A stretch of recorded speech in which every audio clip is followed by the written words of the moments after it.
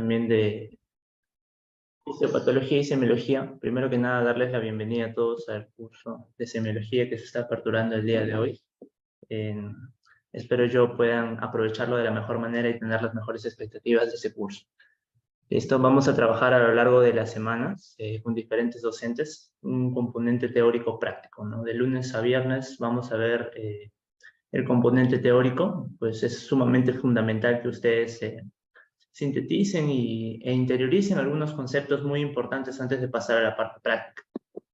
Y los sábados vamos a tener algunos talleres presenciales para que puedan ir y poder ya focalizar, canalizar todo lo que es el aspecto teórico que ya han estado viendo desde un punto de vista práctico.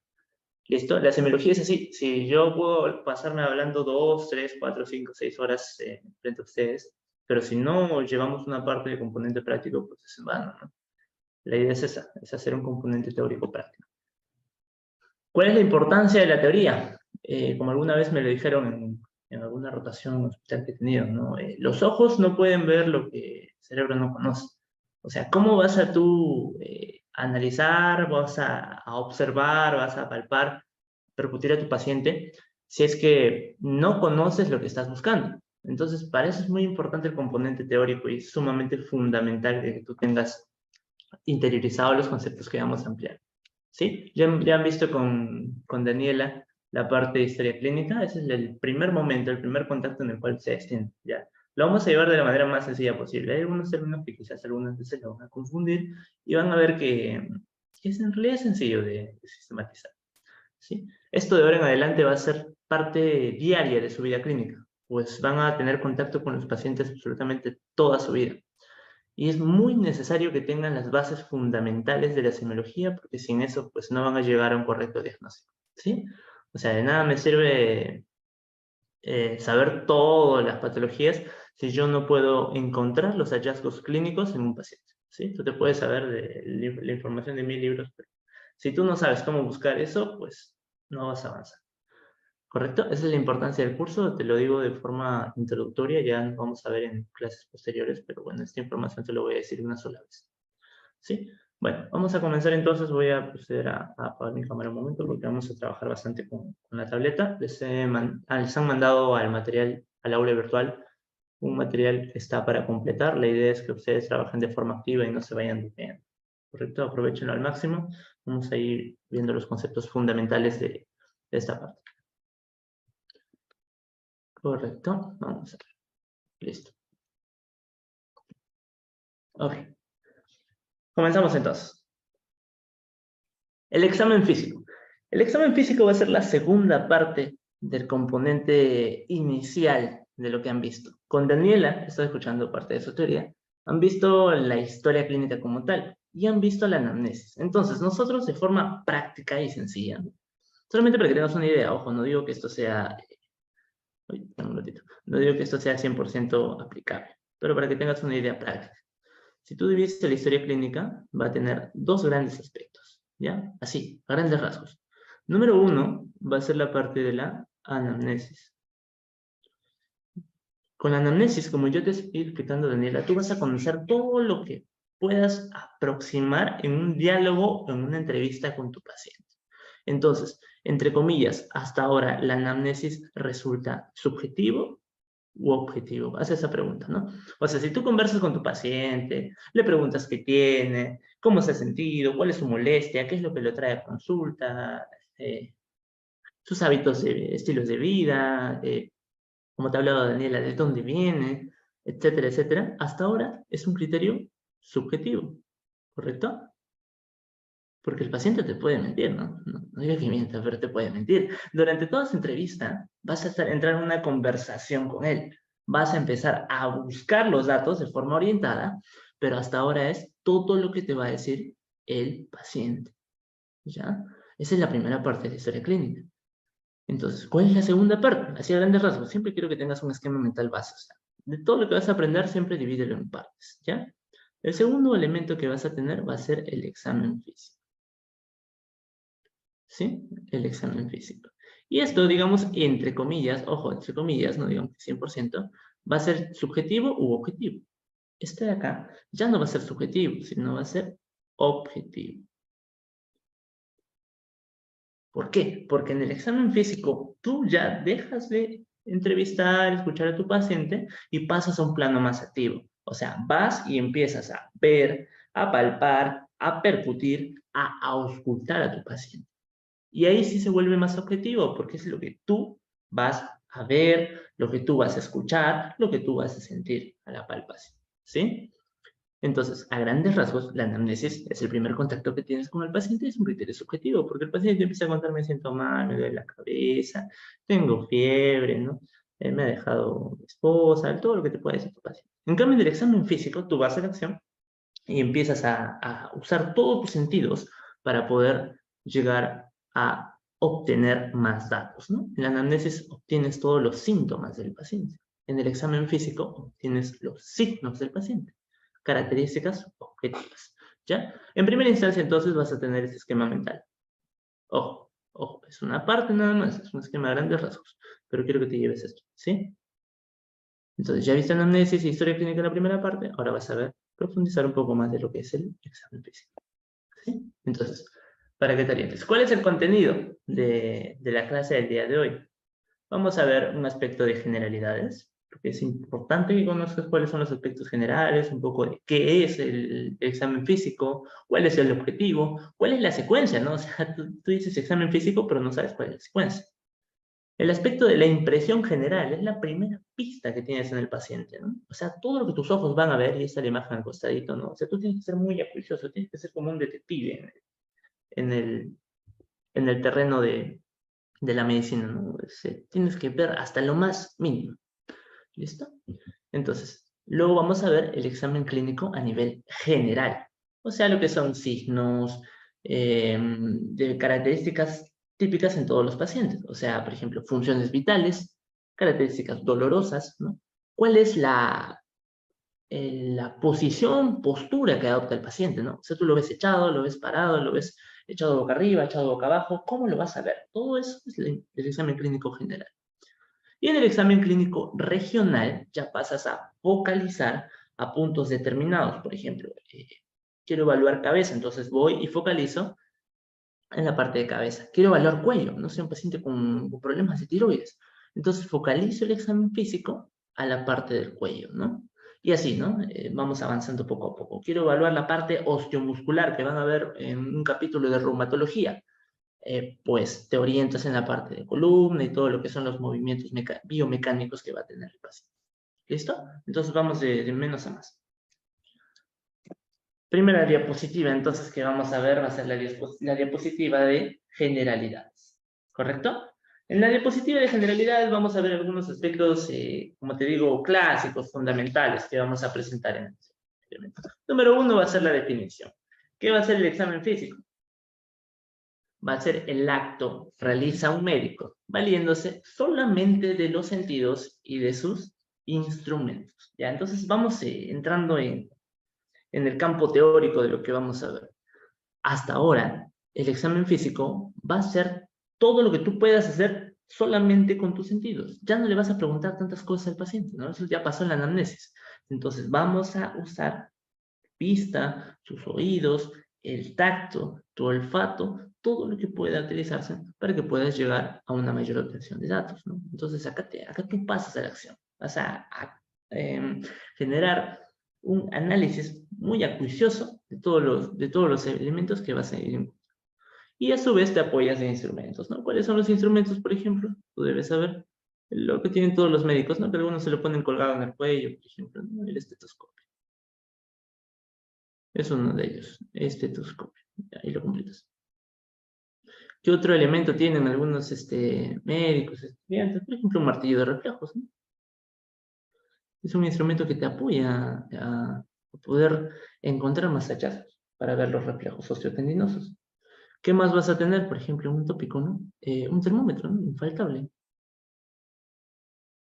Porque, ojo, ojo, ojo, ojo, hay que ir rompiendo mitos, ¿no? Una cosa es que el paciente venga y te diga, tengo fiebre, pero ¿eso es real? O sea, ¿en realidad tuvo fiebre?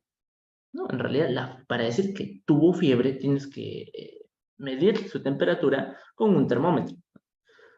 Si tú no logras cuantificar la temperatura, pues solamente se va a definir como un SAT, ¿no? Que algunos me dicen, ¿no? ¿Qué es SAT, no? Está en la historia clínica escrito, todo lo ponen así. Perdón, se me va para el micro. Lo clasifican como SAT, ¿verdad? Es sensación de alza térmica. Algunos lo ponen así en la historia clínica. ¿Ya? Hasta que tú no cuantifiques lo que va a ser la temperatura con un termómetro, no puede catalogarse como fiebre, sino va a ser catalogado como una sensación de alza térmica. Entonces, pequeño consejo, cuando el paciente venga y te diga, tuve fiebre, hice fiebre, te dice, y tú le preguntas, ¿se midió la temperatura con un termómetro? Y te dice que no, tu deber es escribirlo en la historia clínica como el que el paciente refirió sensación de alza térmica. Hay que tener muchísimo cuidado con lo que uno describe en la historia clínica, porque como ya te han explicado, la historia clínica es un documento médico legal. Así que todo lo que tú estás escribiendo es información basada en lo que te pueden hacer más adelante una auditoría. ¿Listo? Entonces, si tú lo calificas como fiebre sin haber cuantificado la temperatura, pues está errado el término, ¿sí? En cambio, cuando tú lo cuantificas con un termómetro, viene a ser parte del examen físico, utilizado por un instrumento. ¿Qué más vas a tener durante el examen físico? Pues, para medir la presión, ese aparatito se llama esfingomanómetro. Esfingomanómetro. ¿Correcto? Y así todo lo que tú puedas utilizar durante los instrumentos, ¿no? Por ejemplo, para evaluar fondo de ojo, puedes usar para evaluar oído, un otoscopio, todo lo que te pueda servir para que tú puedas ampliar el campo de inspección que estás visualizando, te sirve como instrumento, ¿sí? Entonces, ¿cuál es la finalidad de esto, no? Es reconocer la normalidad o las alteraciones físicas que va a presentar el paciente, ¿correcto? O sea, si tú utilizas tu estetoscopio, utilizas tus manos, percusión, es para ver si el paciente o está normal o presenta una alteración física. Por ejemplo, ¿no? A ver, vamos a utilizar el ejemplo del estetoscopio. Vas y auscultas a tu paciente, ¿no? Te dice un paciente con... Vienen dos pacientes. Uno te dice, doctor, tengo dolor de cabeza, en la mañana siento un poco de náuseas, etc. Y viene otro paciente que te dice que ha presentado fiebre, a ver, vamos a poner una pantalla para que no te pierdas. Si solamente lo hablo, pues vas a volar, ¿no? Tienes acá un paciente 1. Primer paciente y segundo paciente. El primer paciente, perdóname, yo no soy dibujante. El primer paciente te dice, ¿no? Dolor de cabeza, vamos a ponerlo como tú sabes, cefalea. ¿Qué más te dice? Ha tenido náuseas. ¿Qué más, por ejemplo? Ha hecho fiebre. Y no te dice nada más. El segundo paciente te comenta, ha estado con tos, con expectoración, tos productiva, o ponerle tos con expectoración. Ha tenido fiebre, por ejemplo. Tos con expectoración y ha tenido fiebre. Entonces, tú a este pacientito ausculta sus pulmones y este pacientito también, porque es parte del examen físico general, ¿no? Ausculta sus pulmones, utilizas el instrumento del estetoscopio. Y en este paciente no escuchas nada. Acá no hay hallazgos clínicos. Y en este pacientito de acá, sí escuchas algo. En un lado del pulmoncito empiezas a escuchar algo. Entonces, acá sí hay hallazgos clínicos. Entonces, como te mencionaba antes, la finalidad de evaluar un examen físico es reconocer la normalidad. En este caso, la normalidad del aparato respiratorio no está comprometido, o la alteración física que está presente. En este caso, el paciente número 2 sí tiene un compromiso a nivel pulmonar, porque tú a través de tus sentidos, en este caso del oído, has escuchado algo diferente, ¿no? Utilizando, por ejemplo, un estetoscopio, ¿ya? Esa es la idea práctica, ¿no? Entonces, estas cefaleas, estas náuseas, estas fiebres, no orientan a que sea algo respiratorio, sino te ubicas en otro lado, ¿no? Puede ser algo neurológico, puede ser algo gastrointestinal, etc.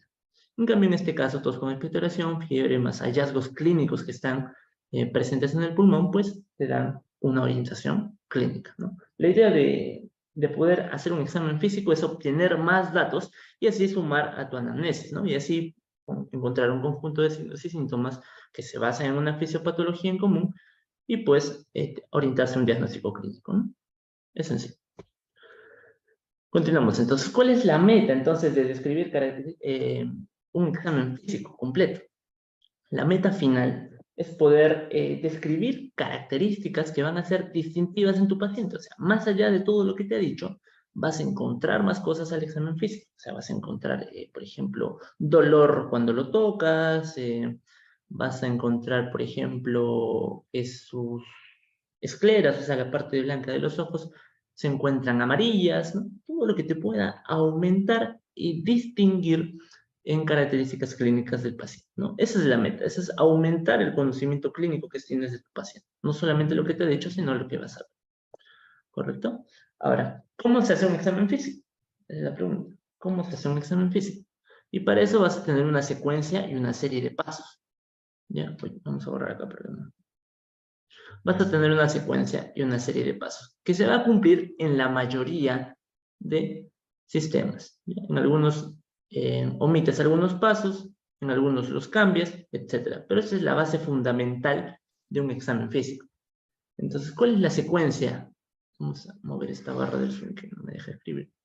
Ahora sí. ¿Cuál es la secuencia normal de un examen físico? Es así. Número 1. ¿Qué va a ser lo primero que vas a hacer? Lo primero que tienes que hacer en un examen físico es ver. Va a ser lo primero. Número 1, ver. ¿Sí? Tú, llega tu paciente, desde que se siente, no, es más, desde que pasa la puerta, tú ya tienes que estar viéndolo, ¿no? Y tienes que encontrar cualquier alteración. Como te digo, el médico tiene que ser un detective. Así es como lo han puesto en el chat. Observar, ver, ¿no? Claro, observar es un término más adecuado, ¿no? Desde que pasa la puerta, desde que te saluda y te dice buenos días, doctor, cada detalle, cómo camina, cómo se sienta, cómo te habla, ¿no? Hacia dónde mira, ¿no? Si baja la cabeza, si está mirando para todos lados, ¿no? Cómo se encuentra su cara. Todo eso tú tienes que ir observando, ¿no? Como te digo, el médico es un detective. Y todo eso tú tienes que ir sumando en el conocimiento. Eso poco a poco con la práctica te vuelves mucho más acuicioso con esas cosas. Y ya, como vas a ver algunos médicos bastante experimentados, solamente con ver a tu paciente entrar y ver algunas características clínicas ya se aproximan a un diagnóstico. Lo que algunos médicos antiguos le llaman el ojo clínico, ¿no? Entre comillas. Entonces, lo primero que tienes que hacer es observar, es ver a tu paciente. ¿Ya? Eso sí, en primera instancia siempre, siempre, siempre. Segundo, ahora sí, la segunda parte de un examen clínico, de un examen físico. ¿Qué va a hacer? Tocar. No te basta con solamente ver a tu paciente. Así es, no te basta con solamente ver a tu paciente. Tienes que pasar a la acción, tienes que tocarlo. Eso es algo que se ha perdido mucho durante la pandemia, ¿no? En toda la restricción de cercanía, todos estos protocolos, metro y medio de distancia, por detrás de una pantalla, separados, ¿no? Todo esto ha limitado que este segundo aspecto importantísimo de tocar a tu paciente, pues hace que se pierdan muchos datos semiológicos, ¿no? Entonces ya tú lo viste, todo, ya, entró, lo viste, se sentó, estás viendo que está un poco amarillo, o lo ves un poco pálido, o no sé, ves que tiene algunas marcas en el rostro, ¿no? Y lo observas desde ahí. Entonces no te basta con eso, vas y tocas a tu paciente. Tocas a tu paciente. Ese es el segundo paso. Y el tercer paso, uy, no pinta, ahora sí. Tercer paso es escuchar. Jorge, ¿cómo? Escuchar lo que me dice es una anamnesis. No, ahí escuchas pues con tu estetoscopio, ¿no? Es lo clásico. Escucha. Ojo, no solamente con el estetoscopio, porque hay sonidos que son así, muy audibles, ¿no? Que no necesitan el aumento, la amplificación sonora de un estetoscopio para poder ser escuchados. El tercer paso es poder escuchar a tu paciente, ¿no? Ahí vamos avanzando. Entonces, En el primero, entonces, es observar, es ver. ¿Cuál va a ser el primer paso de secuencia según el examen físico? ¿Algunos saben? Claro, auscultar. ¿Quién sabe cuál es la equivalencia clínica de ver a tu paciente, observar a tu paciente? Muy bien, ahí lo pusieron al interno. La inspección, ¿no? Es lo primero que van a ver en tu paciente. La inspección. Uy, ¿por qué no está? Ahora sí, la inspección, ¿no? Es el primer contacto que vas a tener con tu paciente y se va a dar desde la anamnesis. Como te digo, tú desde que él ves que pasa la puerta, ves que pasa el umbral, te saluda, doctor, ¿cómo estás? Tú lo ves, ¿no? Lo ves amarillo, lo ves pálido, lo ves con una fase así, como si fuera muy oscura, lo ves con los ojos saltones, lo ves con la cara redondeada, lo ves que en un estado así muy adelgazado, caquético, ¿no? Todo eso va en la inspección, ¿no? Solamente con verlo.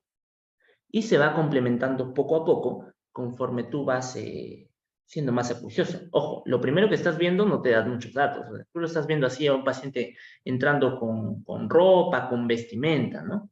La inspección es algo completo. Por ejemplo, si tú vas a evaluar abdomen, pues tienes que descubrirle el polo, ¿no? O la camisa, o la chompa, o lo que esté usando.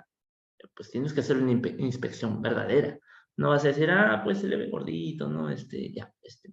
Distensión abdominal. No, tienes que ir a la acción y tocar a tu paciente, descubrir la parte que quieres examinar y poder visualizar, ¿no? Y vas a ver todo lo que puedes ver. Y ahí vamos a tener una serie de manifestaciones, pues, enormes, ¿no? Que lo vas a ver en cada capítulo. Por ejemplo, en el capítulo de neumo, ¿no? A la inspección nada más puedes ver, por ejemplo, a ver, te doy un datito, a ver, vamos a ver.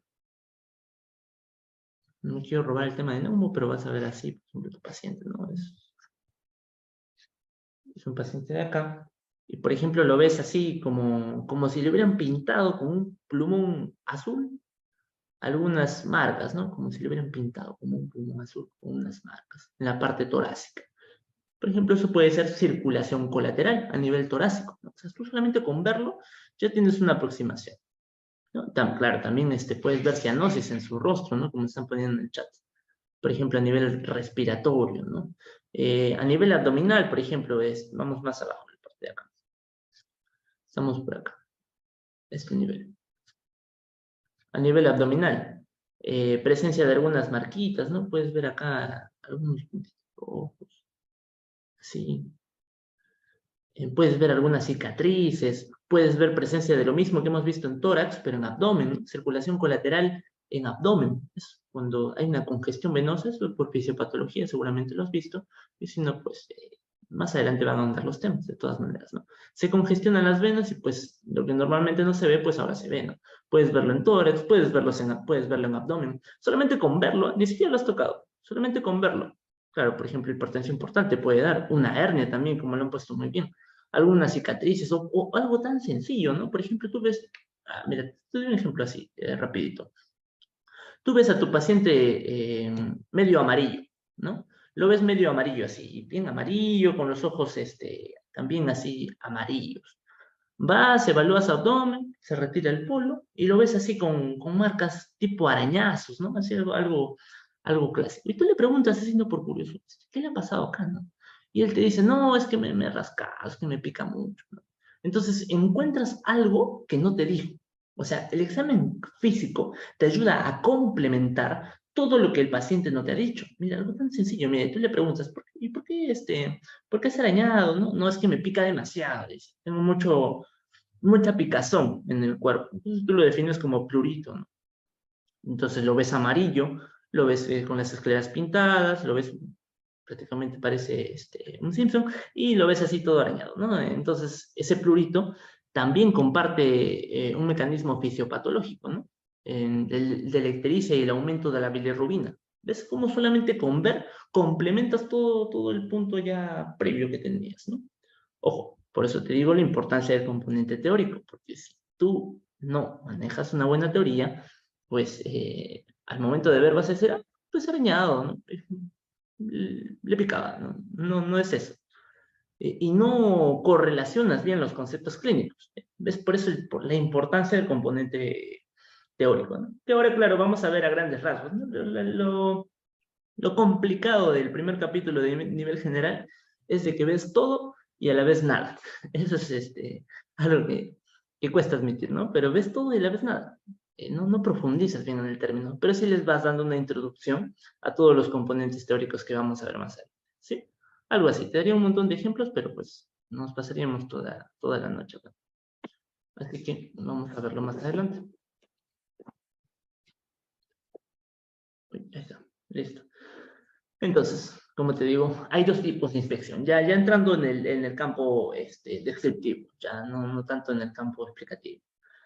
Número uno, tenemos una inspección general, que es como te decía, ¿no? Permite ver cuál es la constitución del paciente, ¿no? Hablando así en términos vulgares, si es gordito, si es flaquito, si es no lo sé, de un tipo constitucional en específico, ¿no?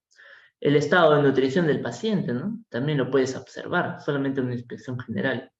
El color del paciente, ¿no? Si tú lo ves azul, pues está cianótico, lo ves amarillo, está probablemente ictérico, no digamos eso, pero probablemente. Podemos ver cómo camina, ¿no? Si coge de un lado, si su caminata es inclinada hacia un lado, etcétera, ¿no? Todo lo que puedes apreciar en una inspección general. Y cuando quieres ver algo en específico, pasas a una inspección, pero de tipo segmentaria. Por ejemplo, como te dije hace un ratito, ¿no? Vas y evalúas tórax y vas a un segmento en específico, ¿no? Y puedes detectar, por ejemplo, asimetrías. Por ejemplo, puedes ver que un lado del tórax insufla más que otro. Es una asimetría. Puedes ver deformidades en una parte del abdomen. Puedes, en algunos pacientes muy delgados, puedes ver cómo el latido, el choque de punta, es incluso visible, ¿no? Claro, también lo han puesto ahí en interno, por ejemplo, algunos tipos de tórax, ¿no? En tonel, por ejemplo, en el caso de algunas enfermedades obstructivas, que puedes ver solamente con visualizar a tu paciente. Y algunas lesiones específicas, ¿no? Puedes ver, por ejemplo, petequias, puedes ver, por ejemplo, vesículas, que lo vamos a ver en el capítulo de piel y faneras, cualquier cosita que tú quieras focalizar, lo vas a ver en una inspección, pero ya segmentaria. Ya no es el primera impresión que tienes de tu paciente, ¿no? Sino ahora vas, lo descubres o focalizas el punto en especial. ¿Listo? Entonces, de esa forma complementas tu examen semiológico. Segundo punto. ¿Qué más vamos a ver? Vamos a pasar al segundo paso, que es tocar a tu paciente.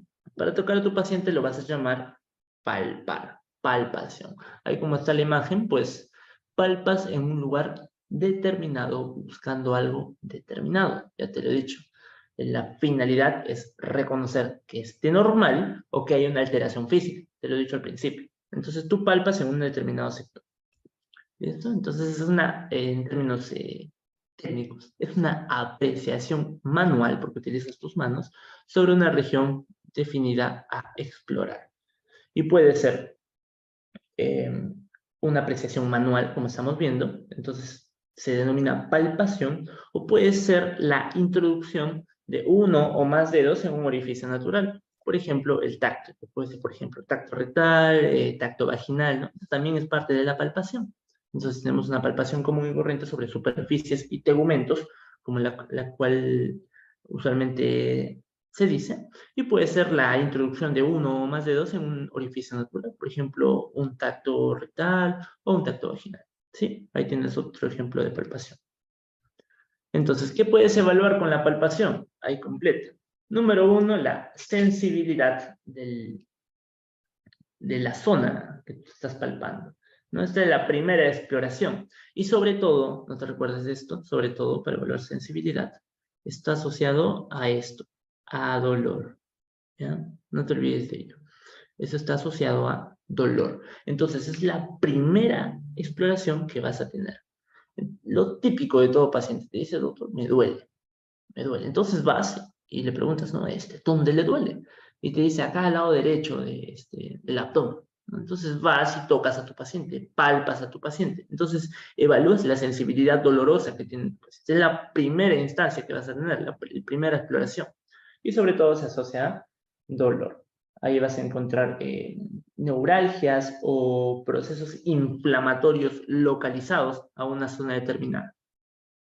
¿correcto? ¿Qué otras cosas podemos evaluar a la palpación? La temperatura, por supuesto, ¿no? Que hay algunas técnicas que van a ver en la parte de signos vitales cuando lo amplíen en la teoría, pero hay algunas técnicas, ¿no? Hay zonas del cuerpo, no sé si has visto, que no es, por ejemplo, lo mismo, o el típico ejemplo, ¿no? De las mamás cuando quieren sentir, ¿no? Qué tan caliente está leche del biberón, lo tocan con el dorso de la mano, ¿no? Es una zona más sensible a poder detectar el cambio de temperatura. ¿Listo? Entonces eso ya lo van a ampliar en su clase de signos vitales. Pero evalúas la temperatura de la superficie corporal y puedes evaluar eso en diferentes regiones. Por ejemplo, tocas una pierna del pacientito y tocas la otra. A la palpación de esta pierna se encuentra fría, ¿no? Tocas a tu paciente solamente palparlo, solamente lo tocas y esta pierna se encuentra fría, ¿no? Tú lo evalúas ahí, se encuentra frío, frío, frío. Tocas la otra pierna y se encuentra en un estado tibio, ¿no? En concordancia con las otras zonas de tu cuerpo, tus brazos, ¿no? La zona central.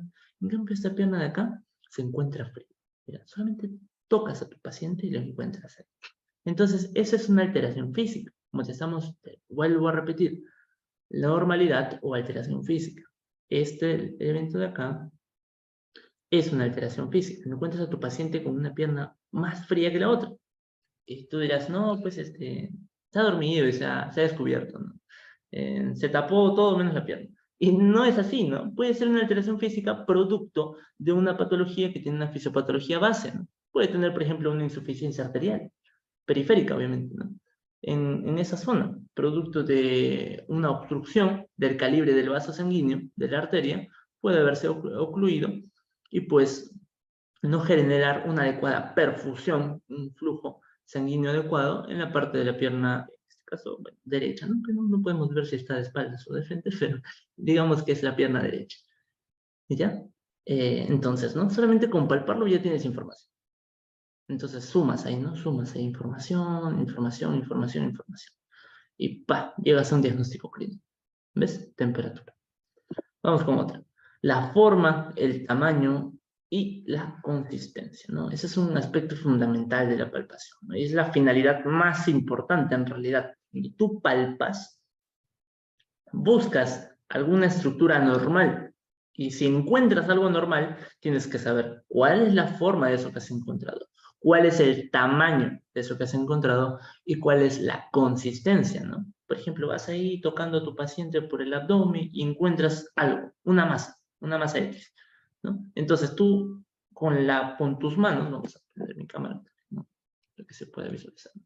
Entonces, estás ahí con tu paciente, estás evaluando su abdomen, y encuentras algo ahí determinado. Lo tocaste acá y encuentras algo en esta zona. Entonces, ¿cuál es tu responsabilidad? Determinar todas las características solamente con tu mano, ¿no? De la forma de eso que estás tocando. Una forma redondeada, o es una forma irregular, por ejemplo. ¿Cuál es el tamaño? No es lo mismo algo que palpas de solamente 5 milímetros o algo que palpes de 5 centímetros, ¿no? Imagina que es tu abdomen. No es muy distinto, ¿no? Puede ser un ganglio, puede ser una masa, puede ser un tumor, puede ser lo que sea. Y el tamaño importa para poder diferenciar. La consistencia. No es lo mismo que palpes, por ejemplo, en tu espalda o en tu abdomen, una estructura de consistencia blanda, suave, ¿no? Puede ser un lipoma o algo duro, pétreo, ¿no? A la palpación. Entonces es una consistencia distinta. Toda esa serie de diferenciación, tu cabecita ya está pensando, ah, mira, si es blando puede ser tal, tal, tal, tal, tal. Si es duro puede ser tal, tal, tal, tal, tal. Lo sumo con toda la información que viene, hago un filtro, me quedo con solamente lo más importante y me puede quedar posibilidad A, posibilidad B, posibilidad C. Ese es un razonamiento clínico, ¿no? Que tú poco a poco vas a ir ahondando. Pero para eso tienes que saber, obviamente, cuál es la base teórica.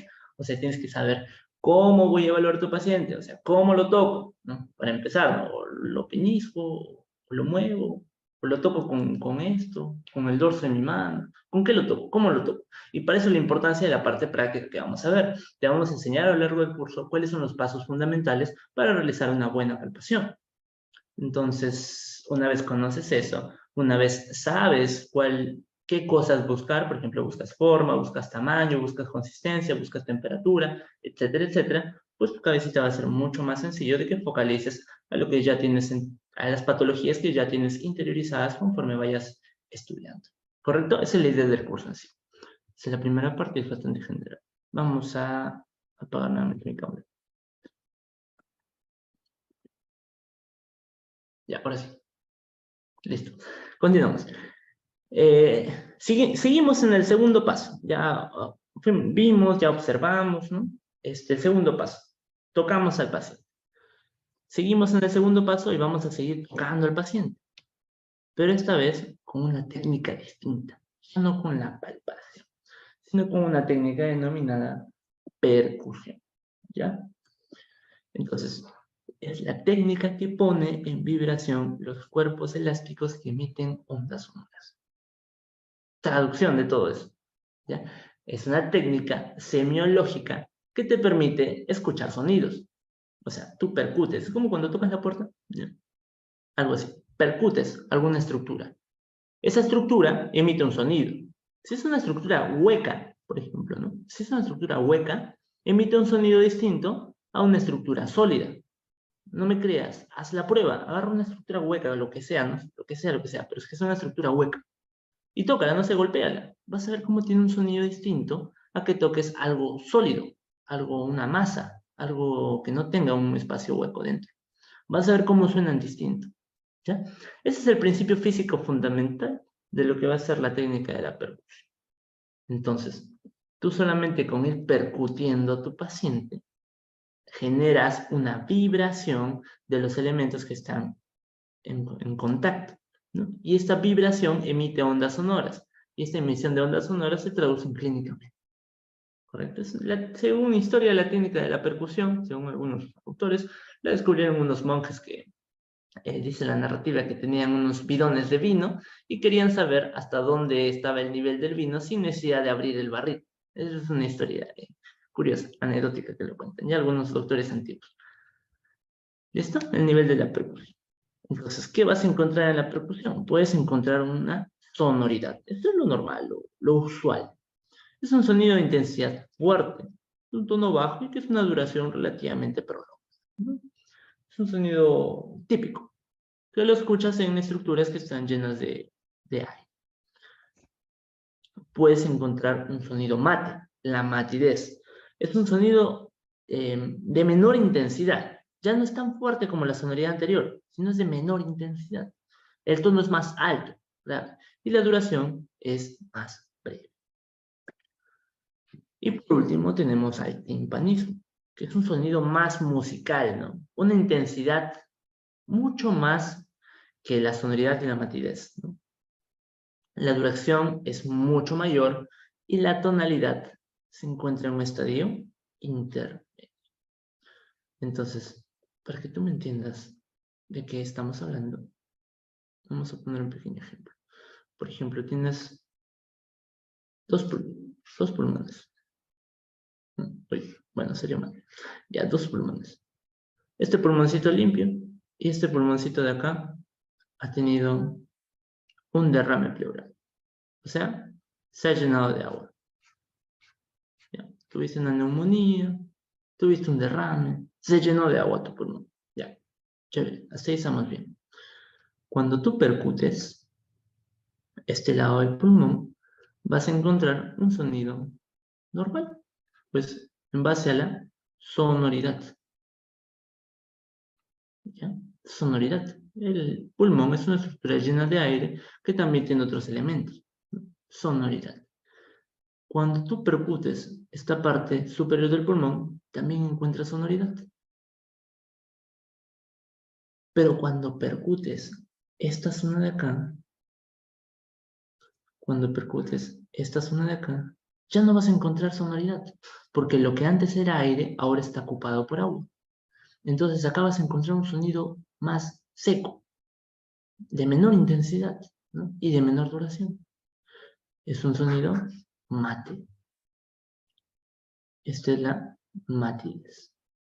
Entonces, mira, solamente con percutir, tú tienes una orientación clínica de lo que pudo haber pasado. Ah, dice, sonido mate, sonoro, mate, sonoro, mate, sonoro. Complementas con otros hallazgos clínicos y pues puedes sospechar de que el paciente haya tenido un compromiso de derrame pleural posterior a una neumonía. ¿Ves cómo todo se va hilando? Y para eso es la importancia del examen físico. ¿Ok? Volvamos. En el caso siguiente, pasamos al tercer paso. Ya vimos, ya tocamos, ahora nos toca escuchar. Y lo escuchas en la parte de la auscultación. La auscultación es la apreciación que vas a tener, esta vez con el sentido del oído, de los fenómenos acústicos que va a tener el organismo. Para eso te sirve la auscultación. ¿Correcto? Puede ser, por ejemplo, la actividad del corazón y la circulación de la sangre. Cuando auscultas, por ejemplo, tu corazoncito, puedes escuchar una variedad de sonidos, ¿no? Puedes escuchar un soplo, ¿no? Puedes escuchar ahí arritmias, todo lo que puedes encontrar a través de la auscultación. A nivel pulmonar, como lo estábamos hablando, escuchas la entrada y la salida del aire en los pulmones.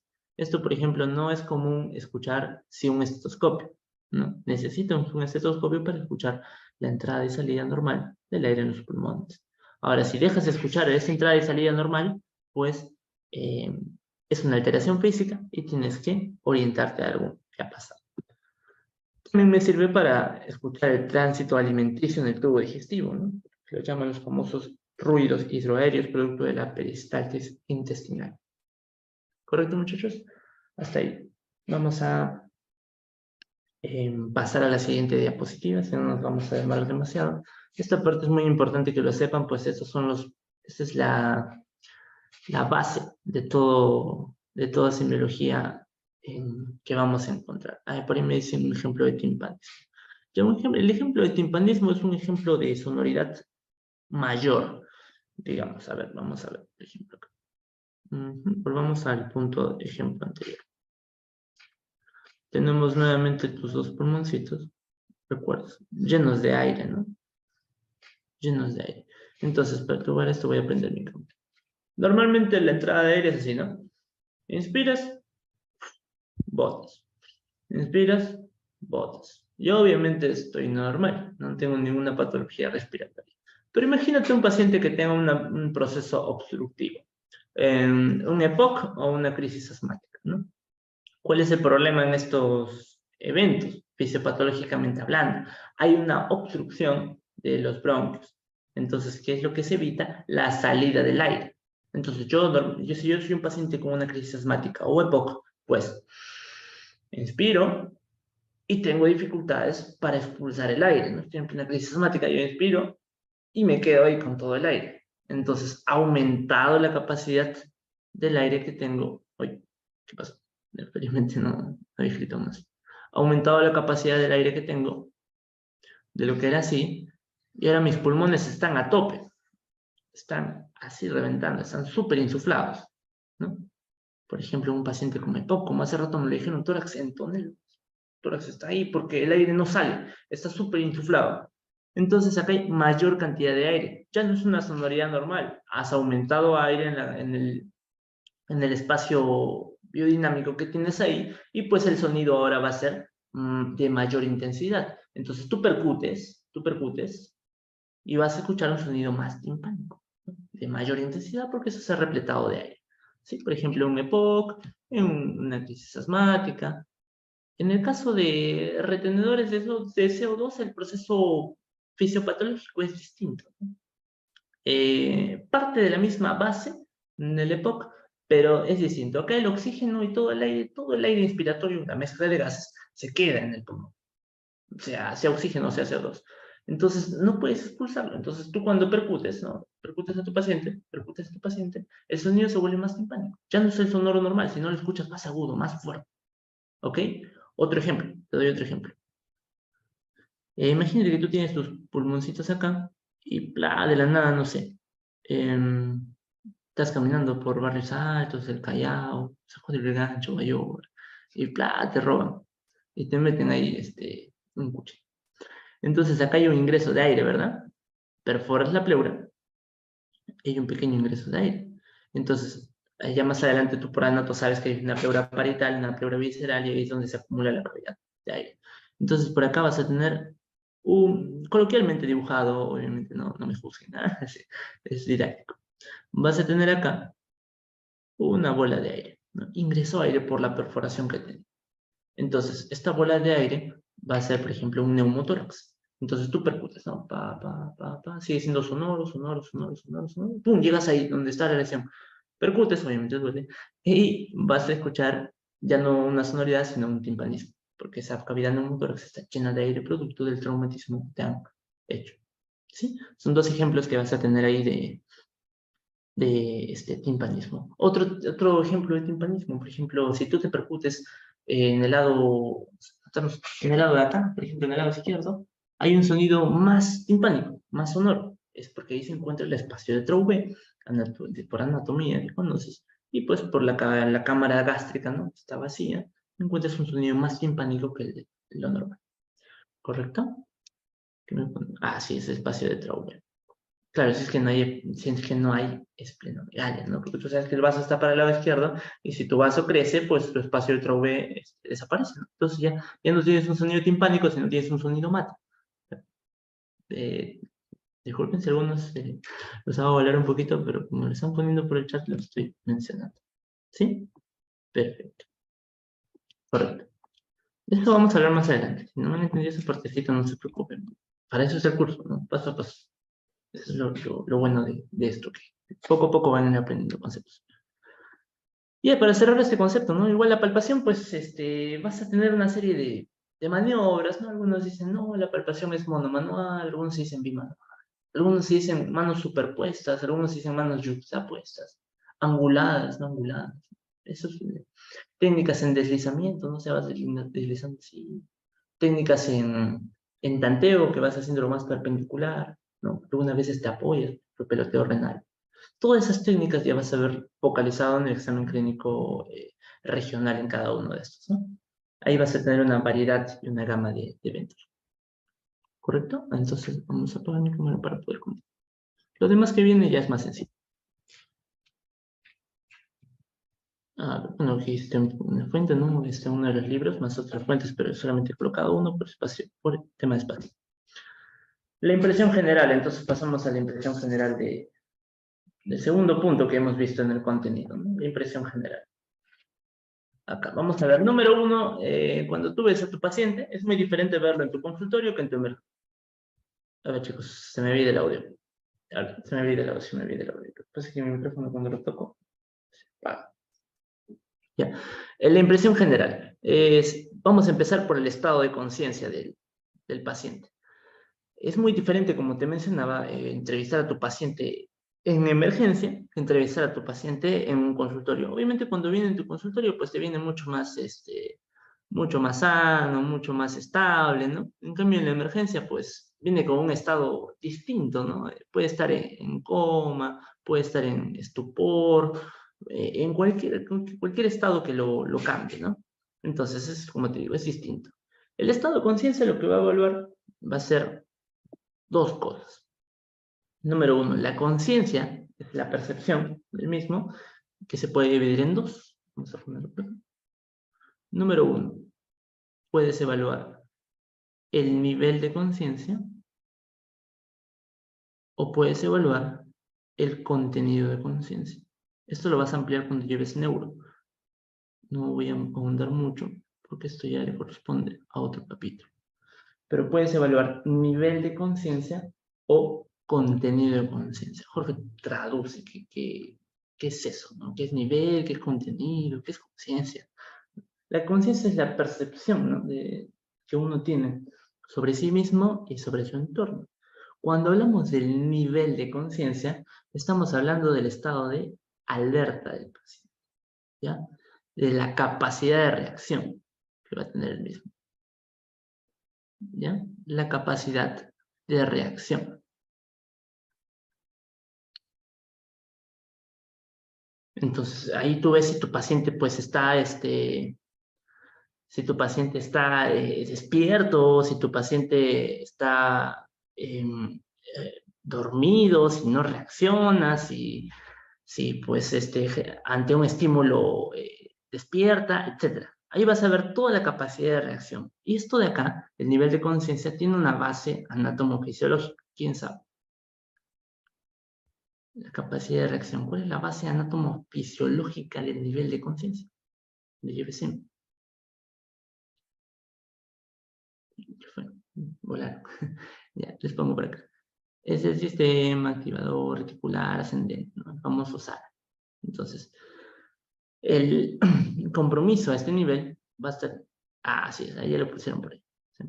La capacidad de reacción tiene la base anatomofisiológica del sistema SARA. En el caso del contenido de conciencia, es la calidad de pensamiento. Ya no es la capacidad de reacción. O sea, el paciente puede estar despierto, ¿no? Te miras, todo puede estar bien despierto. Pero la calidad del pensamiento. Pensamiento entre comillas, ¿ya? Pero, porque hay más eventos acá. Calidad del pensamiento.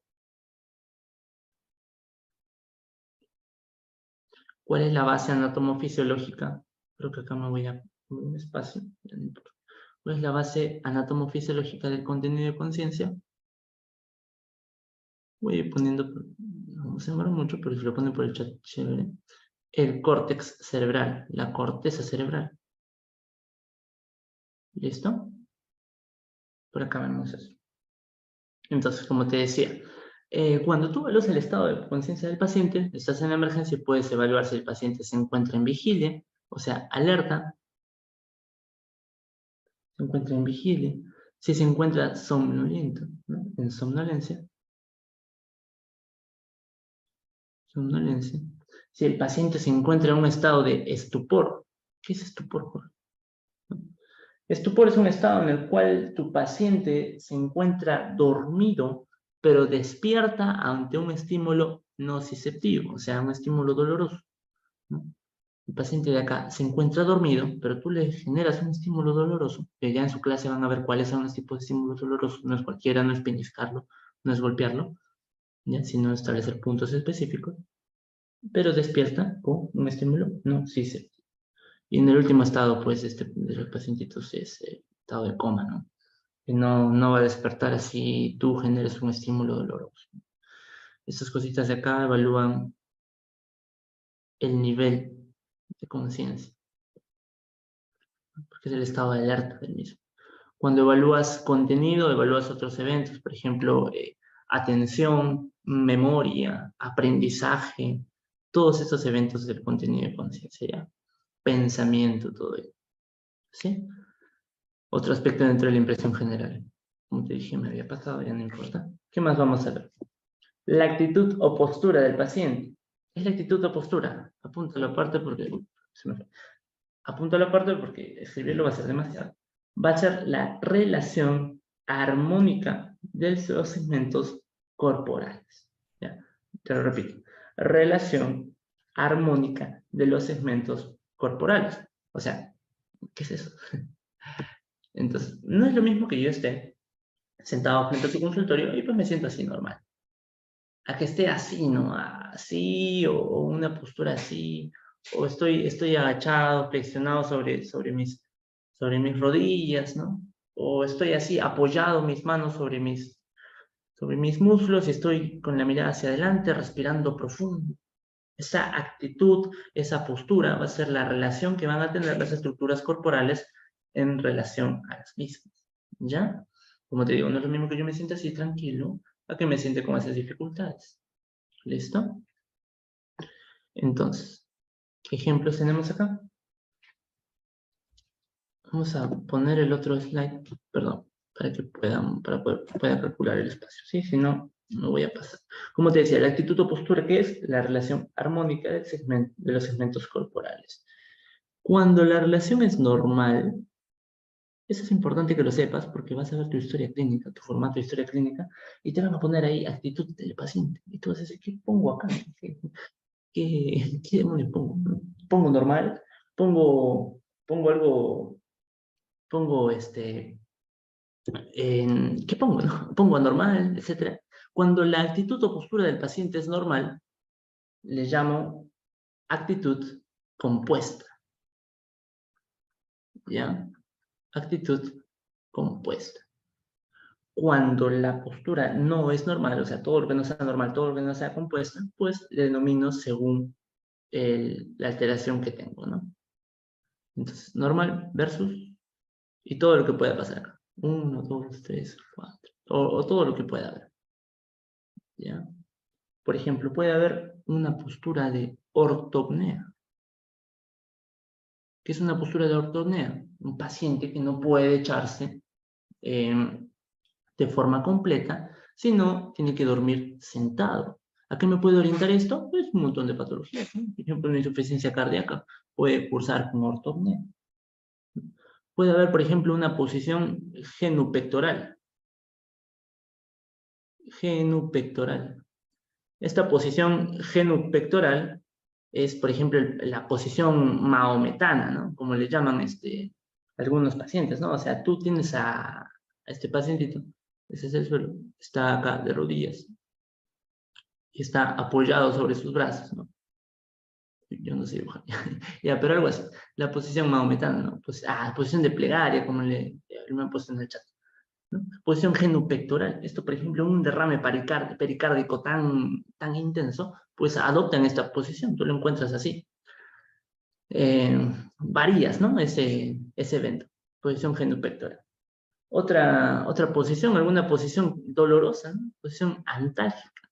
Está con tanto dolor que, pues, opta por otra posición. Por ejemplo, si tú tienes un derrame pleural, una pleuritis del lado derecho, pues no creo que te apoyes del lado derecho, ¿no? Una posición antálgica ante el dolor, ¿no? Y así, etcétera, etcétera, un montón de posiciones que vas a poder evaluar durante tu visita clínica, ¿no? Y lo detallas, ¿no? Actitud, postura en ortopnea, genupectoral, antálgica, todo lo que puedas detallar. Tipo constitucional, a ver, vamos avanzando porque si no, no acabamos. El tipo constitucional es algo tradicional, algo clásico, ¿no? Que puedes encontrar en algunos libros antiguos, ¿no? Nosotros acá en la asesoría no nos basamos tanto de algunos textos antiguos, sino nos basamos en algunas fuentes más modernas, ¿no? En base a un razonamiento clínico, etc. Pero de todas maneras te lo voy a hacer mención porque pues, acá en tu Perú todavía lo siguen utilizando. Por ejemplo, lo ponen acá, ¿no? Brevilíneo. O le pueden poner así, medio línea. Obviamente son por escalas, ¿no? Medio línea. O, por ejemplo, puedes poner acá longilíneo. Son los tres distintos. Ahorita te pongo el equivalente para que lo puedas acá. Longilíneo. Longilíneo. Ya. ¿Cómo es el brevilíneo? Entonces, en otro nombre, en otro término.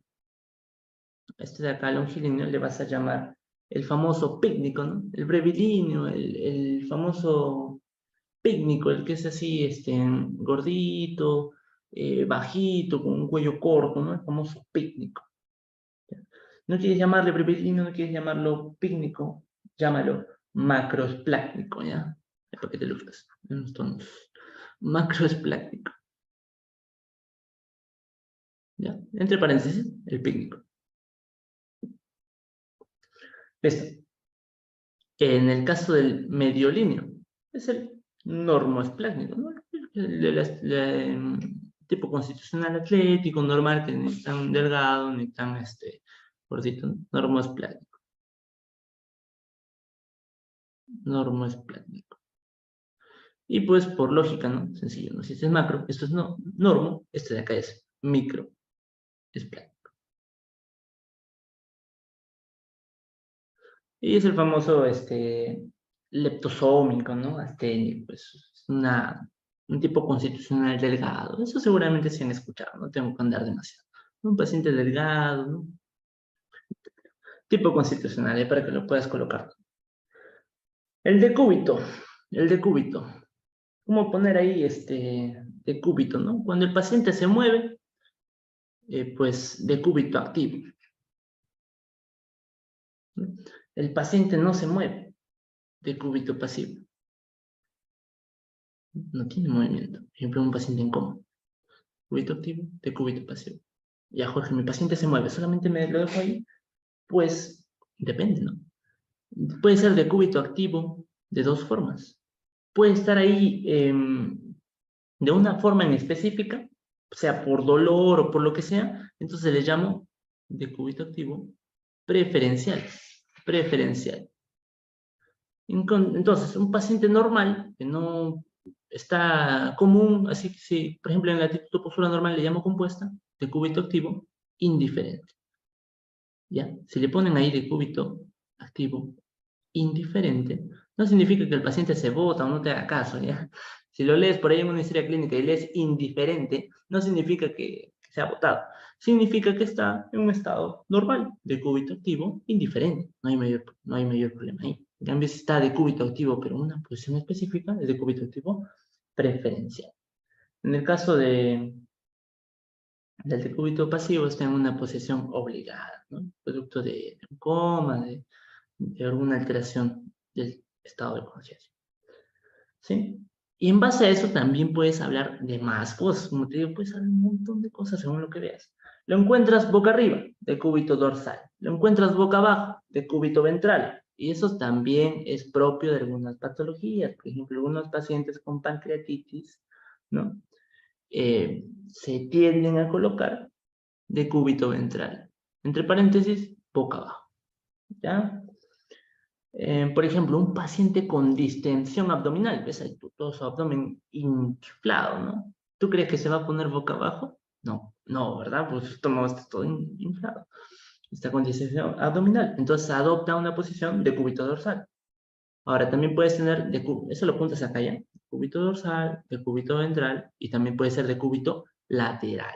Como te decía hace rato, un paciente con una pleuritis, con un derrame pleural, ¿tú crees que se va a echar de ese lado? Yo creo que no, ¿verdad? Porque duele. Un paciente con hepatomegalia, ¿no? ¿Se va a echar de ese lado? Piensa dos veces, ¿no? Está incrementado el tamaño incómodo. Y así tú vas viendo solamente con la postura del paciente, solamente con verlo, tantas cosas. El tema de las fascias. Hay un montón de fascias escritas, ¿ya? Que también es propio de la literatura que utilizan acá, pero de todas maneras hay que mencionarlo. Por ejemplo, ¿no? Esta, por ejemplo, es una fase anémica. Esta de acá es una fase anémica. ¿Qué caracteriza una fase anémica? Pues la palidez mucocutánea. Característica típica. La palidez mucocutánea. Es lo característico de esta fase, ¿no? Palidez mucocutánea, acá lo pones acá. Palidez mucocutánea. ¿Ya? Que también se puede acompañar ahí, entre otros valores semiológicos. Otra fase. Esta es la fase de alas de mariposa. Uy, ¿qué pasa? Fase de alas de mariposa. Esto es típico del lupus eritematoso sistémico. Él es de alas de mariposa. Alas de mariposa entre comillas. De mariposa. Como puedes ver, es algo típico, característico del lupus. Un eritema malar, voy a poner por acá, es un eritema malar. ¿Por qué es un eritema malar? Por acá. Esto de acá, mira. ¿Ves esto? 1, 2. Alas de mariposa. Eritema malar. Ojo, ¿qué respeta? ¿Qué respeta? Mira, este surco de acá. ¿Cómo se llama ese surco? Surco nasogeniano. Muy bien, lo han puesto por ahí. No compromete el surco nasogeniano. ¿Correcto? Eritema malar que no compromete el surco nasogeniano. Listo, tienes otra fase. ¿Qué más? Por ejemplo, acá, señores de acá. Tiene una fase abotagada. Esto es propio del hipotiroidismo. Ya es una fase hipotiroidea. Hipotiroidea. ¿Listo? Es una fase abotagada, o sea, parece hinchada, edematizada, pálida, ¿no? Es una fase abotagada. Mira, ahí tú lo puedes ver. Está con palidez, parece una hinchazón, una inflamación, edematizada. Mira los bordes de los párpados, ¿no? Hipotiroidea. Siguiente ejemplo. Una fase ictérica. Una fase ictérica. ¿Sí? Eso es típico, ¿no? Una coloración amarillenta. Una coloración amarillenta. Se empieza a colorear de forma amarillenta el paciente. Y acá no se ve bien por la calidad de la imagen. hay que mejorarla. Pero la parte blanquita de los ojos debe teñirse con este tinte de la bilirrubina, o sea, debe estar amarillo. Si tú ves a un paciente, es eso, ¿no? Si tú ves a un paciente amarillo, pero que no se ha teñido la parte de las escleras, pues también ten en cuenta tus diferenciales.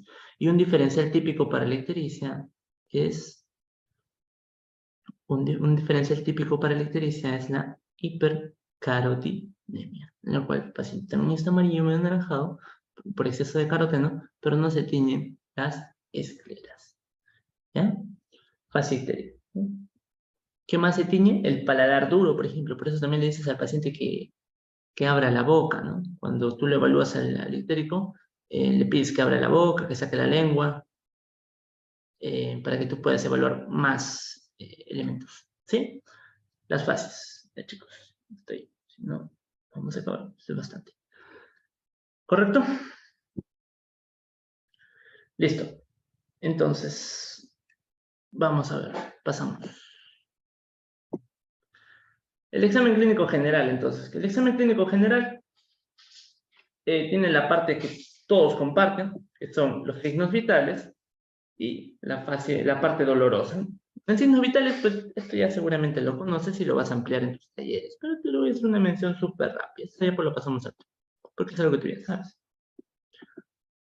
¿Ya? En el caso de la presión arterial, temperatura y algunas frecuencias, ¿no? Por ejemplo, frecuencia cardíaca, frecuencia respiratoria.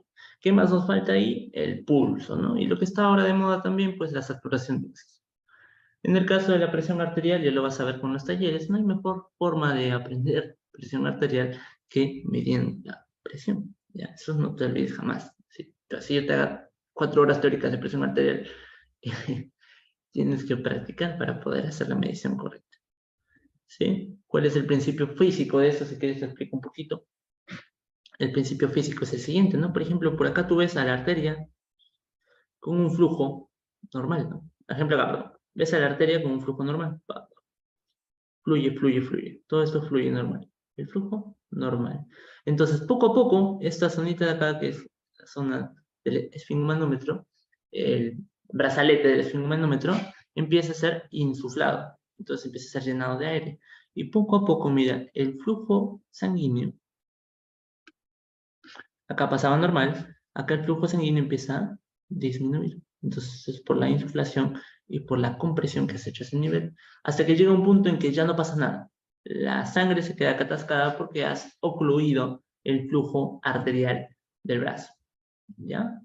Es entonces cuando tú colocas el estetoscopio y empiezas a desinsuflar, o sea, empiezas a soltar este brazalete a través de la perilla, empiezas a desinsuflar.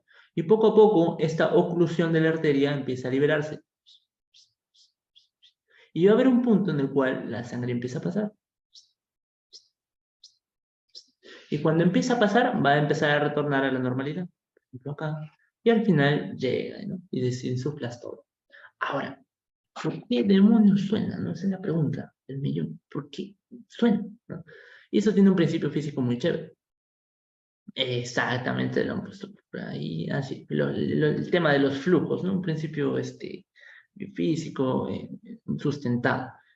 En pocas palabras, tienes acá una arteria sin que le hagas nada, y esta arteria tiene un flujo laminar, ¿ya? Un flujo laminar, o sea, la sangre pasa y nadie le dice nada, nadie se opone, nadie le hace contraparte. Eso de acá se llama flujo laminar. Apúntalo si deseas, flujo laminar. Entonces, creo que esto lo hubiera dibujado acá, ya me equivoqué, pero si eres astuto, esto de acá, bájalo, ¿sí? Entonces, en segunda instancia, empiezas a ocluir a la arteria. De lo que era así, la ocluyes. Entonces, este flujo laminar de acá empieza a volverse, empieza a tener dificultades. Empieza a querer pasar por la puerta y lo devuelve. ¿Cómo se le llama esto?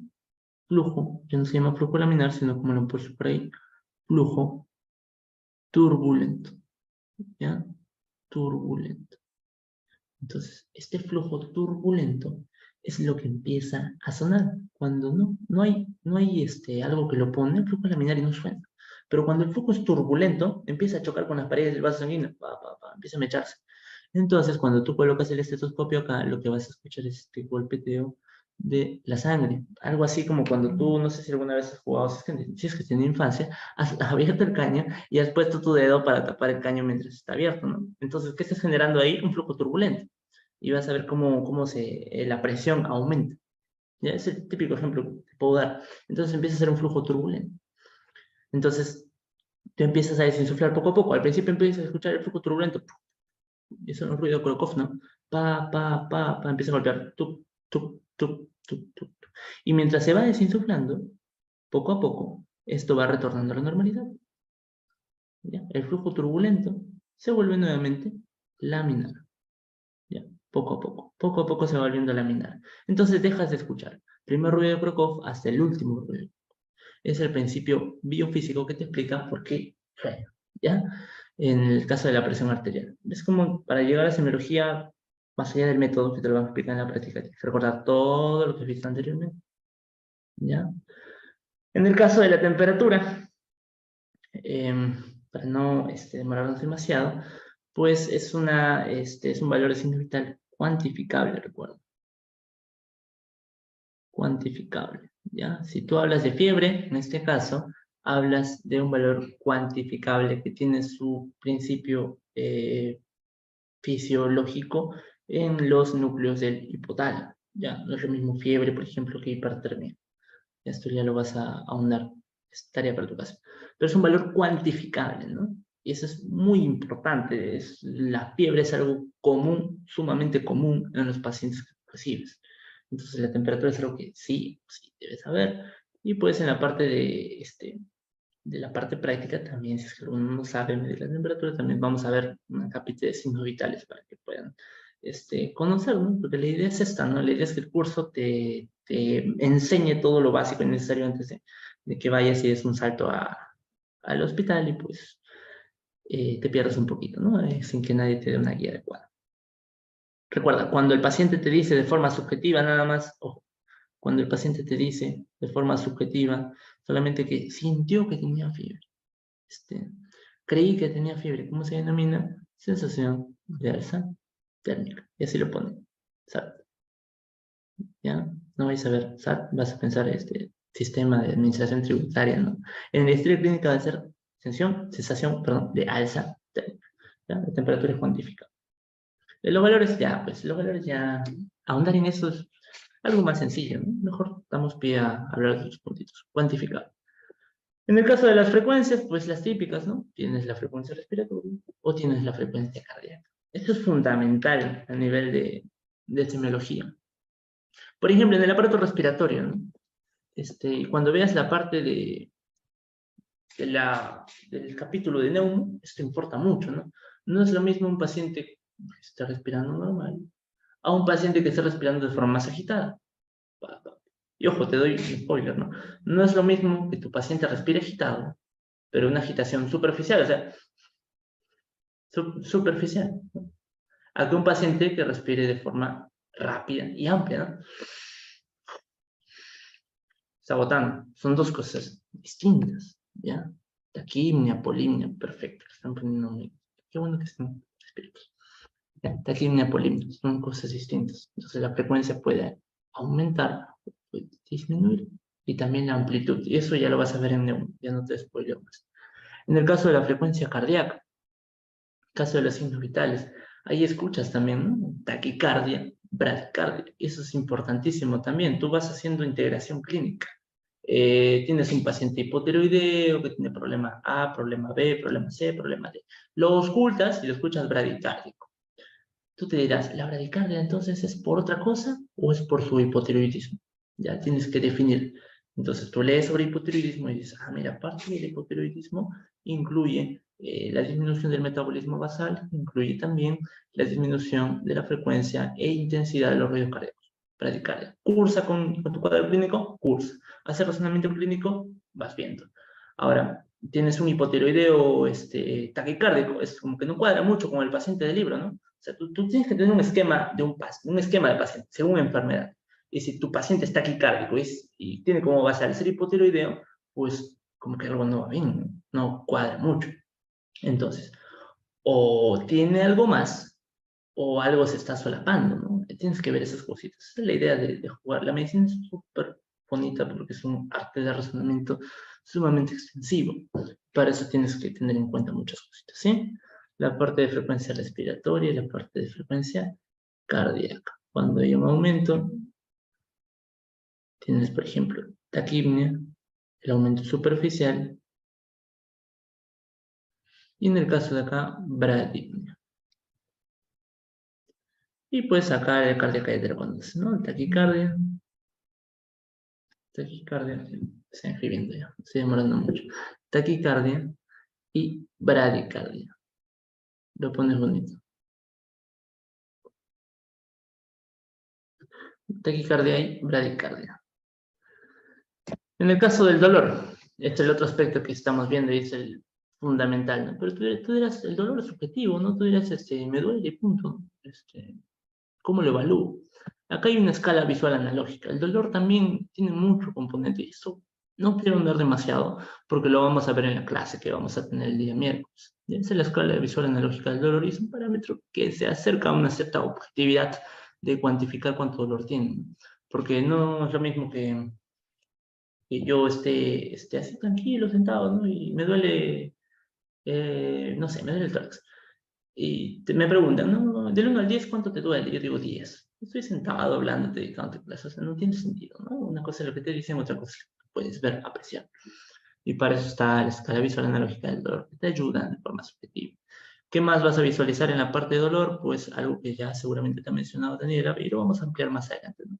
El famoso Alicia, ¿no? Parámetro, un criterio que suelen utilizarlo, ¿no? Aparición, lo colocas ahí, por favor, ¿ya?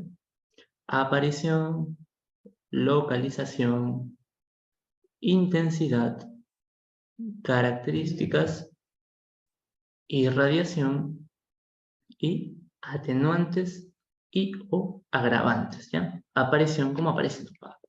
Localización, ¿dónde se localiza? Intensidad, ¿qué tanto? Para eso te sirve esto. Características del dolor son opresivos, tipo cólico, epigastralgia.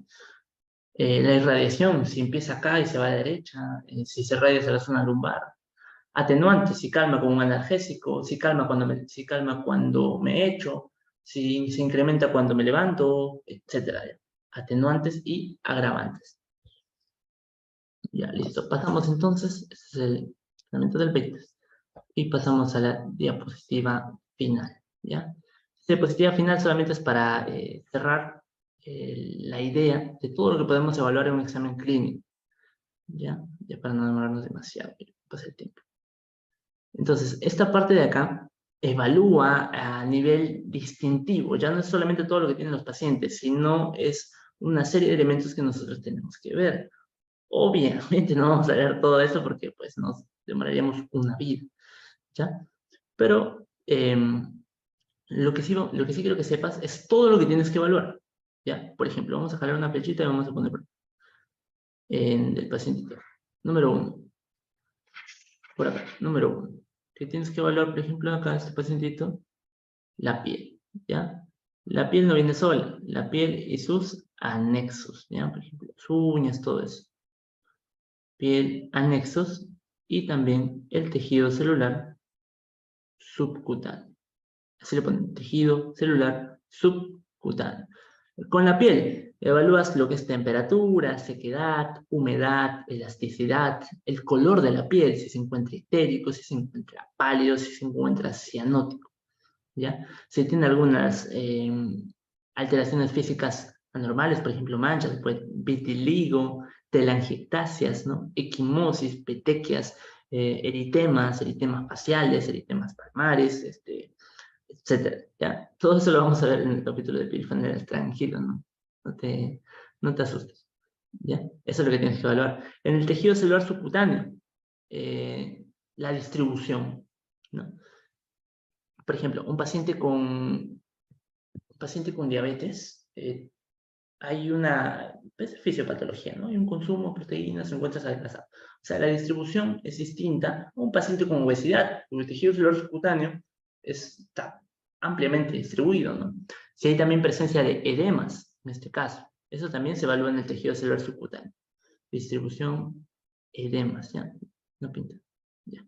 Distribución, edemas, ¿ya? Edemas. Por ejemplo, en el aparato de tórax, te doy adelanto de neumo, cuando tú tienes un proceso traumático puede haber un enfisema subcutáneo. Y tú a la palpación puedes escuchar como si tú tocaras burbujas, o si tocaras como si rompieras esas bolitas que todo el mundo le gusta romper de esos protectores, esa bolita que se revienta, pa, pa, pa. Igualito, ¿no? En un enfisema subcutáneo suena así. ¿Ya? ¿Qué más debo evaluar? Aparte de esto, el aspecto de las uñas. ¿Ya? El aspecto de las uñas. El color de las uñas. Puede estar pálida, puede estar cianótica.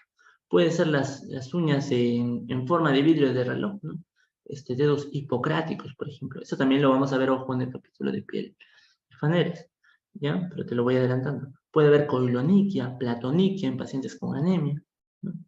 Fragilidad de las uñas en pacientes hipertiroideos, etcétera. Mira, todo lo que puedes hallar clínicamente. Este esquema solamente es para que veas todo lo que hay, ¿ya? Para que te motive a poder encontrar muchas más cosas a nivel del curso, ¿ya? Esa es la primera parte que vas a encontrar.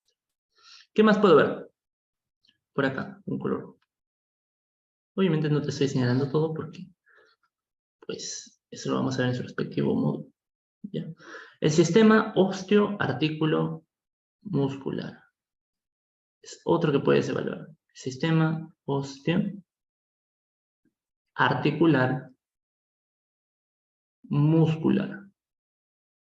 Esto lo vas a ver sobre todo cuando lleves tus cursos clínicos y en el módulo que tenemos de reumatología, ¿ya? Acá evalúas, por ejemplo, columna vertebral. Vamos a ponerlo.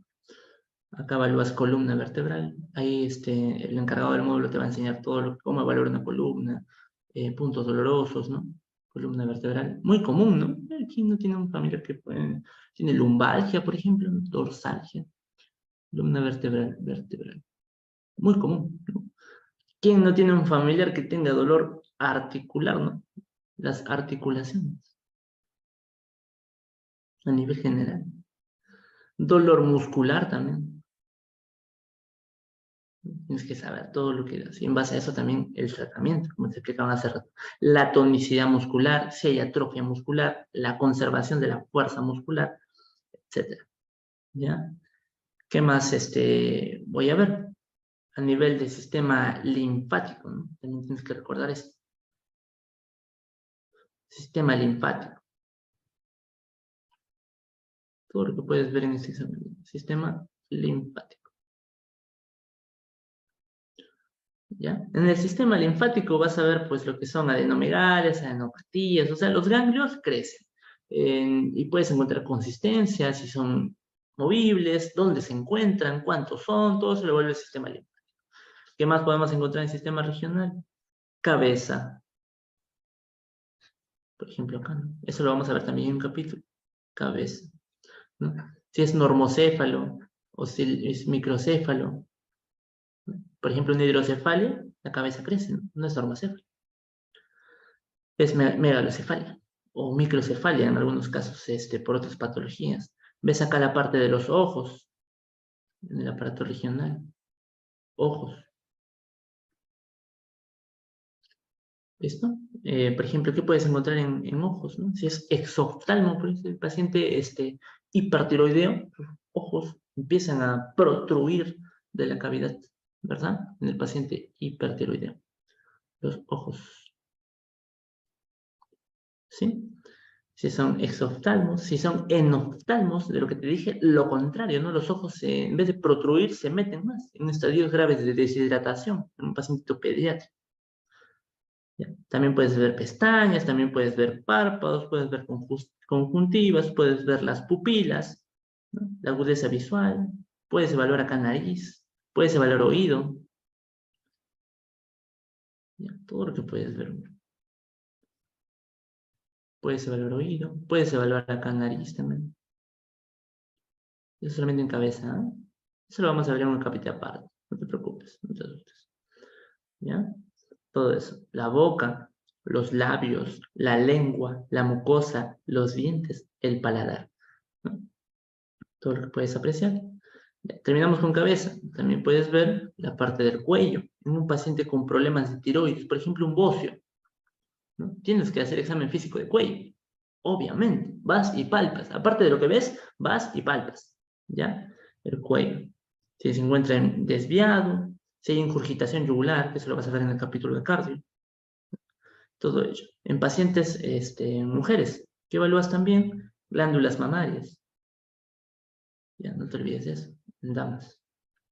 Glándulas mamarias, sí o sí. ¿Listo? Y bueno, chicos, eso es un poco de todo lo que podemos evaluar, ¿no? Más allá de los aparatos que ya vas a ver más adelante, respiratorio, cardiovascular, aparato digestivo, etcétera. Eso es solamente un poquito de todo lo que podemos ver en el curso de semiología. Repito, no te asustes, para eso la idea es evaluar poco a poco todo lo que vamos aprendiendo.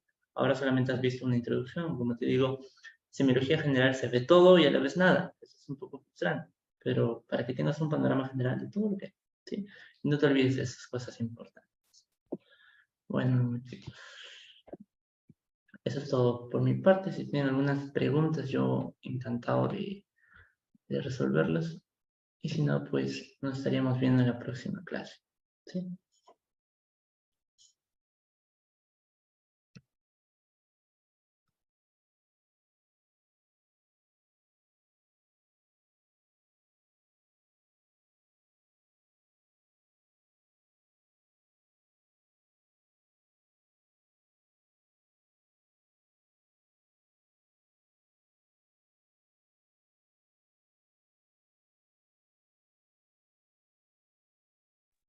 Ya puse la última diapo para el que me pidió que la retroceda. Tomen captura. Lo voy a pasar, ¿sí? Ok. Gracias a ustedes por quedarse hasta tan tarde. Así que a veces me inspiro y se me pasa un poco el tiempo. Para los que se han preguntado sobre los manuales, sí. El manual es básicamente para que ustedes lo tengan para el día sábado, que es su taller práctico. Sí, los flashcards también. El anterior diapo, ya a ver un ratito. ¿Está? Sí. Bueno, estos son aspectos generales, ¿no? Jorge, te han dejado una pregunta en el chat, te la leo, creo que se te pasó. ¿Cuál es la diferencia entre pulso arterial y frecuencia cardíaca? Ah, ya. Eso es muy importante. Frecuencia cardíaca hace alusión a todos los cambios dinámicos que tiene el corazón en sí. Pulso arterial, como su mismo nombre lo dice, está haciendo los cambios que van a ver en las arterias. Ahora, cuando por primera vez yo escuché la diferencia de estos términos y me lo explicaron así, yo dije, pues, no me han respondido nada. Así que te lo pongo como un ejemplo para que puedas saber diferenciarlos. Digamos que tú tienes, por ejemplo, una patología cardíaca que se llama fibrilación auricular. ¿Ya? Esto entonces tu corazoncito no bombea así, no bombea pum, pum, pum, sino bombea así, pum, pum, pum, pum, pum. No, no contrae bien, no contrae bien. Entonces, normalmente tu corazón bombea y todo llega a tus arterias, todo, todo, todo. Entonces, se correlaciona tu latido con tu pulso, ¿verdad? Latido, pulso, latido, pulso. Eso es bien. Pero en el caso de la fibrilación auricular, recuerda que te dije, el corazón no bombea bien. Quiere hacerlo rápido, pero no lo hace bien. Entonces tu corazón, ¡pac!, hace un latido, ¡pac!, hace otro latido, pero este latido no es completo. Ese latido es así, es insuficiente.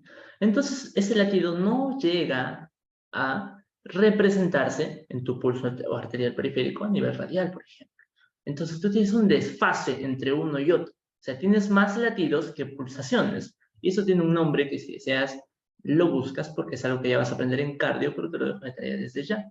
Y es el ejemplo más claro que te puedo ofrecer para decirte que frecuencia cardíaca no es lo mismo que pulso arterial.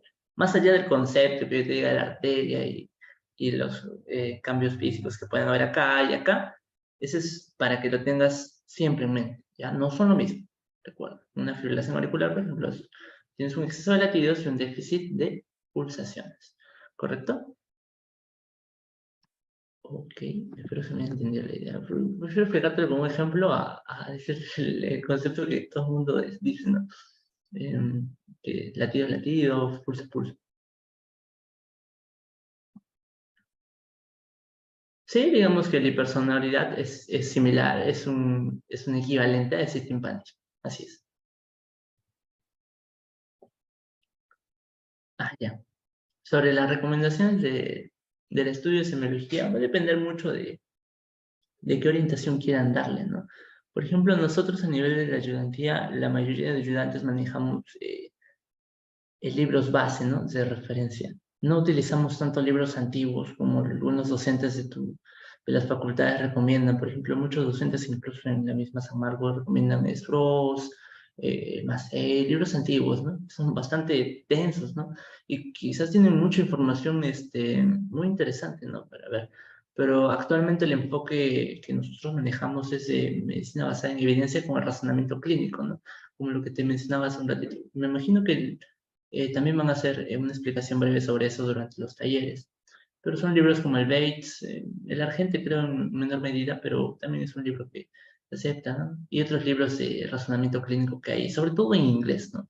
El Seidel, por ejemplo, el manual Seidel, que también me tomó algunas referencias de ahí, que puedes tomar en cuenta. De todas maneras, eso lo van a pasar por el grupo, las recomendaciones de la bibliografía, ¿no? A través del chat. Los manuales y los flashcards, le preguntan, ¿se subirán? Sí, el manual, como te digo, se subirá en los días posteriores y ese es para el día sábado, ¿no? Para que lo tengan. El manual es más que todo práctico. Y los flashcards, sí, para que puedan al final de su rotación por la unidad repasar, ¿no? ¿Cómo se elegirán los horarios? Eso sí, tienen que preguntarle a los chicos de logística. Ahí sí, yo soy docente. Pero de todas maneras ya les van a estar pasando la información, ¿sí? Bueno, chicos, no creo que no se me pase nada. Antonio, eso es todo, ¿verdad? ¿O Sí, más? es la última clase del día de hoy y muchas gracias a todos los asistentes. Sobre el tema de los horarios para los talleres presenciales, vamos a estar coordinando e informando a través del chat de WhatsApp donde están todos los presentes. Sería todo por la sesión del día de hoy. Y Jorge, bueno, una última pregunta te acaban de mandar. Ah, ya. La parte de la historia clínica, en la parte de signos y síntomas ponemos tal y como dice el paciente, y en la parte de relatorio. Esto va a depender mucho del esquema de historia clínica que tengas, ¿no? Según los hospitales, muchos varían.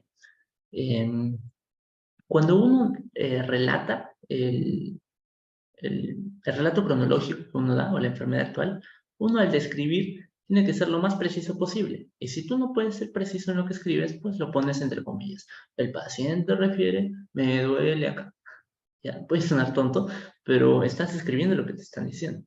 De esa manera tú también te estás protegiendo de forma legal, porque te digo que a veces hay esos temas, ¿no? Y si tú no eres preciso en lo que escribes, por ejemplo, la cefalea y todo, eh, tienes que escribirlo con las palabras del paciente. Eso en caso no seas preciso, pero poco a poco, como vas adquiriendo terminología teórica, pues lo vas reemplazando, ¿no? Ese dolor de cabeza ya no lo pones como dolor de cabeza, cefalea. Y la idea de una historia clínica es que sea un lenguaje universal. Por ejemplo, yo redacto una historia clínica y no sé, Daniela es el siguiente turno que me toca. Ella lee mi historia clínica y pues tiene que entender lo mismo que yo. Tiene que el mensaje perpetuarse. Por eso, si yo no hago bien una historia clínica, pues Daniela va a tener problemas a la hora de evaluar su paciente. Se le van a ir datos y pues eso va a ser un conflicto, sobre todo perjudicial para tu paciente, ¿no? Eso, como te digo, sobre dónde lo colocamos puede depender mucho de la historia que manejas. Pero sí se va colocando en el relato del paciente, enfermedad actual, ¿no? Paciente refiere, ¿correcto? Y mientras más preciso seas, mejor. Si algo no hay precisión, pues colocarlo como está, ¿sí? Creo que esa es la última pregunta.